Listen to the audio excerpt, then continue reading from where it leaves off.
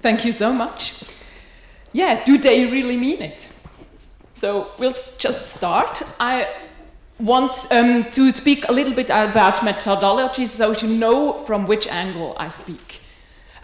This are some results from a study I conducted since 2006 in the German-speaking part of Switzerland. So no Rheto-Romanic and no French part and no Italian, in black metal. And my method was really an ethno-methodological one, like Garfinkel. I tried to become a part of this scene, including playing in a band. That's me here. So it was really cool. And very stressing also. In the part of this research, I made a lot of afterwards science to public work, speaking radio and presenting papers for old people and such things. And I often explain very complicated how black metal and religion are interrelated. And then afterwards, the people always ask me, but Anna, do they really mean it? Yes. So I think it's a really wide debate until today in the public. A little bit also in the emic perspective. The emic is the perspective of the actors in the scene. But foremost in the public, and not so much in the scientific world, of course. I have one example here from 2014 from Emma Hernandez. She's a journalist. And she explains in an article, I just read this quote, by their own definition, Watain play rock and roll as the devil once intended. And, like few other bands, they seem to take their own message seriously. At the concert in Brooklyn a few months ago, for example, the band presented a goat skull filled with pig's blood in the middle of their set, and then started to dump the pig's blood on the audience. In the eyes of Reverend Bill, she interviews him. He's a priest of the Church of Satan. However, this theatrical display could not be further from true Satanism. So we see the words that she uses in this public debate about the connection between metal, or in this case black metal, and religion. Now, it's really very interesting for our question, because here a sort of playful handling of religious symbols appears to be weighted differently than an ideological inner commitment to the respective tradition or worldview. But as we heard in the presentation of Marcus, this is of course a very narrow definition of religion. Religion is thereby seen as something consistent that is related to an inner attitude. And that's a Protestant view of religion. So here, this definition of religion that is used here is a very Eurocentric and modern understanding. Now, what it's all about, I think, this debate is not about religion, it's about the use of religious symbols. But what are religious symbols? I define it now here, just for this presentation, religion as a symbol system that communicates symbols and that creates traditions of symbols with the function of constructing orientation. So symbols, in my understanding, are really in a semiotic way, they refer beyond themselves. Just to make an example, for example, two crossed lines. They don't refer to two crossed lines, or not even to a Roman torture instrument, but they refer to a whole worldview, an imaginary of redemption and sin and a dying and resurrecting God and so on. So just two crossed lines open a wide field of semantics. So these two crossed lines refers beyond itself in its semantic. And these symbols, they condense a whole worldview in just few signs. But in this condensing meaning, they also form meaning at the same time. So it's of course a circle. They are part of reception processes, create new meanings, and so on. And they are changeable and at the same time very constant. And that's very important for the view on this usage in black metal. So, to ask what are the functions of religious symbol in black metal, we see that in black metal, or at least the scene I studied, religious symbols are placed in a new context. Of course, in the black metal context, but, and that's, I think it's very interesting, they are semantically left so far that these traditional interpretations continue to resonate. So we recognize them. And I think they also popularize these sort of symbols. For example, the inverted cross, the cross of St. Peter, is used in a different way, but at the same time popularized. So that also in horror films and so on, this symbol is used. It's again a circle. Now, I want to divide 5 functions.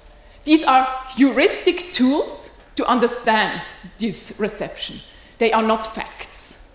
And the most important thing here are these arrows between them, because they connect to each other. And because of time, I just want to go through them very shortly, but don't forget the arrows and the heuristic view. So firstly, do they really mean it? Of course, there is a normative ideological function, and Miroslav spoke about root, so I don't have to say anything about that anymore. Only perhaps also in this context, it's not so much an idea of inner commitment, it is also, but it's an idea of norms, the norms and values that are important. And with norms and values, I mean how people expect that the world should work, how a life should be conducted. So yes, this is one of the functions that can be, that the reception of religious symbols can take on. The second function is a function of dissociation. I'm not sure about the term. I mean with it boundary processes without the belonging aspect. In the emic word, it is provocation. But provocation is not only or merely provocation. Provocation is a very important part of constructing identity of a subculture, of a scene, of a person.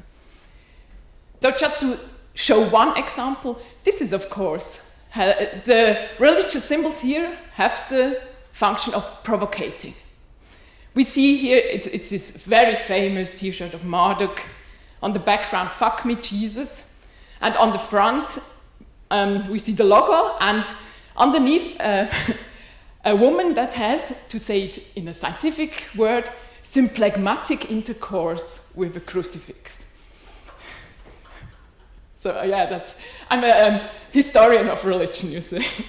And not with some sort of cross, but it's a crucifix. It's a Roman Catholic symbol. Now it's interesting because there is a debate about that in the scene itself. Just to have one quote from the interviews.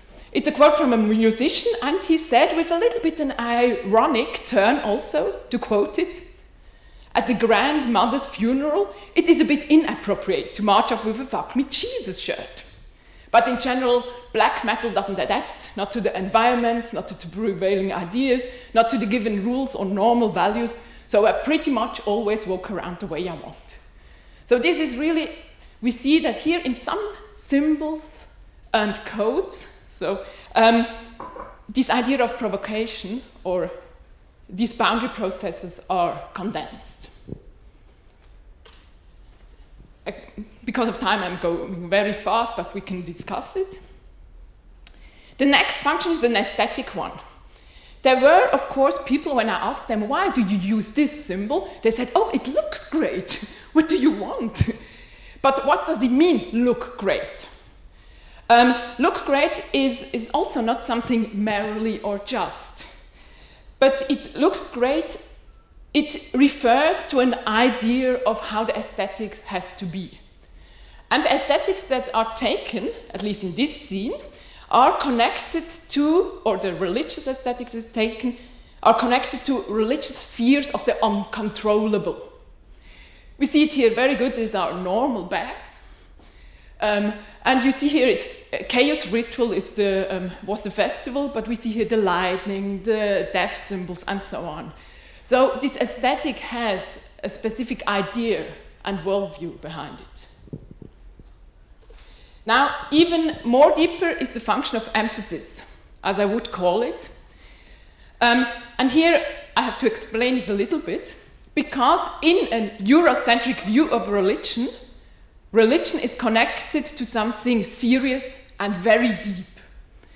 We don't connect it with something playful, with humoristic, with ironic, but with this idea of deepness, of something very important. And the religious symbols used in black metal are often used with this function, to say that black metal is something deep, something very important. And here I think this band is the example for it. It's the Swiss band Dachma, and they perform as Parsian fire priests, but of course no member are part of the Zoroastric religion themselves. And but it's this performance shows that their music, their performance is as important, as deep, as our Eurocentric idea of religion is. So it has really this function of emphasis. And as the last function, I think in this function together we have a very strong identificatory function. We can see a shirt with religious symbols and we can say what sort of metal it is because of the religious symbols. Now here it's one example again. It's Acherontas, the Lila shirt, and I don't say anything about the wrong Hebrew here. But it's interesting because only look at the logo. We have here, of course, the pentagram. We have these Freemason symbols. We have the Anzu bird from Babylonian culture. We have Egyptian thoughts, and we have the Minotaurus figure. So it's a conglomerate of things that are very typical for this sort of black metal. And we recognize it. It's really this conglomeration of religious symbol refer to the identification with this sort of subculture. Now, in bringing this together, we can say, good, these are some functions, but why are these religious symbols so important? And I would answer, the religious symbols are important for the performance, not so much for this ideological idea, but the performance of this black metal. So what is performance and why? So I think we have to change our idea of religion. And that's a part where I'm very interested in what Jeremy Swift says to it. Because in our Eurocentric Protestant-influenced view, we always think that the legomena, the things that people say and think and their inner attitude are important. But in this sort of more, and as you said, Jeremy, an ancient framework, the dromena are perhaps more important. The things, what people do. So a little bit away from this idea of religion, and looking what would happen if we look at the performance at the center of the preoccupation with religion, and not so much its inner attitude. So what is a performance? A performance is an interaction between an individual or a group, the subcultural imaginary, the expectation that the subculture has to reality, construction of reality, and of course the cultural collectives as their own. So a performance is, again, a condensed form of a mirror of a sort of subcultural imaginary. And to speak with Victor Turner, of course, performance is constructing the group or a group building. So perhaps this black metal identity is constructed through the idea of a performance. And I don't only mean the performance of bands, but the performance of going to concerts, dressing in a specific way, hearing specific bands, collecting albums and not only listen them on Spotify and so on. So it's a communitas thing. But there are also clear regulations in the respect of the reception of religious symbols. Especially, as I said, we can say that this scene at least uses symbols that are connected with the idea of the uncontrollable, the things that is not in the control of the human beings, as death, craziness, these darker sort. Dark is not a really concept, a good scientific concept, but you understand what I mean. So, I think in the performance of religion, we find a very interesting mix, and I think it's very typical for this sort of black metal. It's a mixing of seriousness and play. Because it's a theatrical play, but it's a serious theatrical play at the same time. It's a little bit paradox, but I would say from a study of religion perspective, we have to look on these paradox things. It's a mixing of pragmatics and semantics, because the semantics are constructed through the pragmatic of doing. So it's really a doing religion through doing metal. Then there is a mixing of tradition and innovation.